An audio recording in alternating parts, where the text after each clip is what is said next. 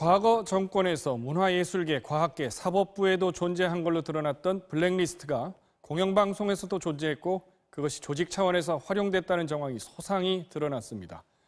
그 공영방송은 말씀드리기 난감하지만 MBC였습니다.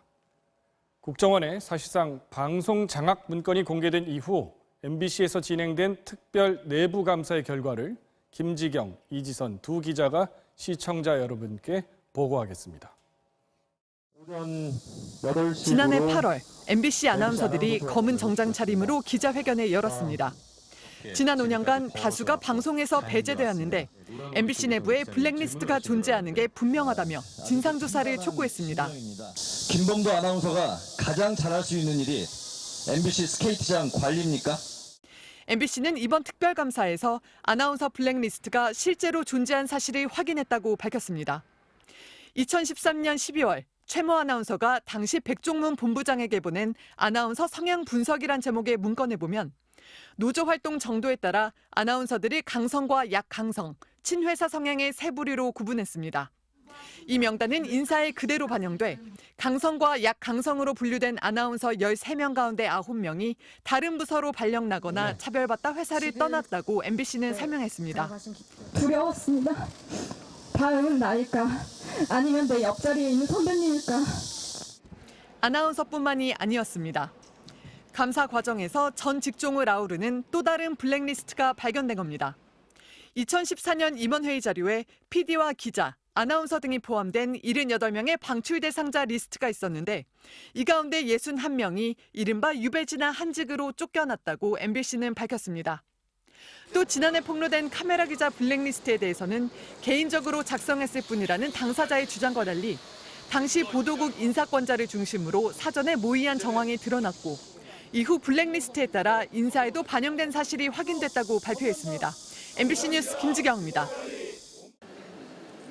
지난 2014년 10월 당시 안광한 사장은 임원회의를 거쳐 2개의 부서를 새로 만들었습니다.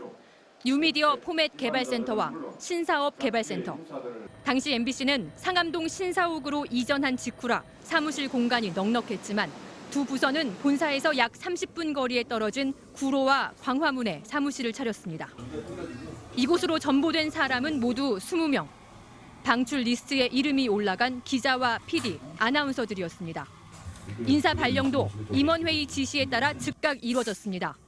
2014년 10월 31일 임원회의에서 김모 아나운서, 한모 PD 등을 언급하며 신설 부서로 보내라는 지시가 내려왔고 실제로 바로 그날 인사 발령이 났습니다. 당시 경영진은 변화하는 방송 환경에 맞춰 신설한 중요 부서이며 가장 적합한 일을 적재적소 원칙하에 보냈다고 했지만 실제 이들에게 주어진 업무는 없었습니다. 채원 씨를 제작 부서로 보내려고 하는데 그러려면은 경영진에게 선물이 있어야 된다. 이게 노조 탈퇴를 의미하는구나. 방출 대상 리스트에 오른 나머지 직원들도 업무에서 배제된 공간으로 밀려났습니다. 경인지사, 교육발령, 주조 MD 등 자신의 직종과 관련 없는 곳으로 발령난 직원도 41명에 달했습니다. MBC는 이번 감사 과정에서 당시 임원들이 이들 부서를 가리켜 보호 관찰소라고 불러온 사실을 밝혀냈습니다.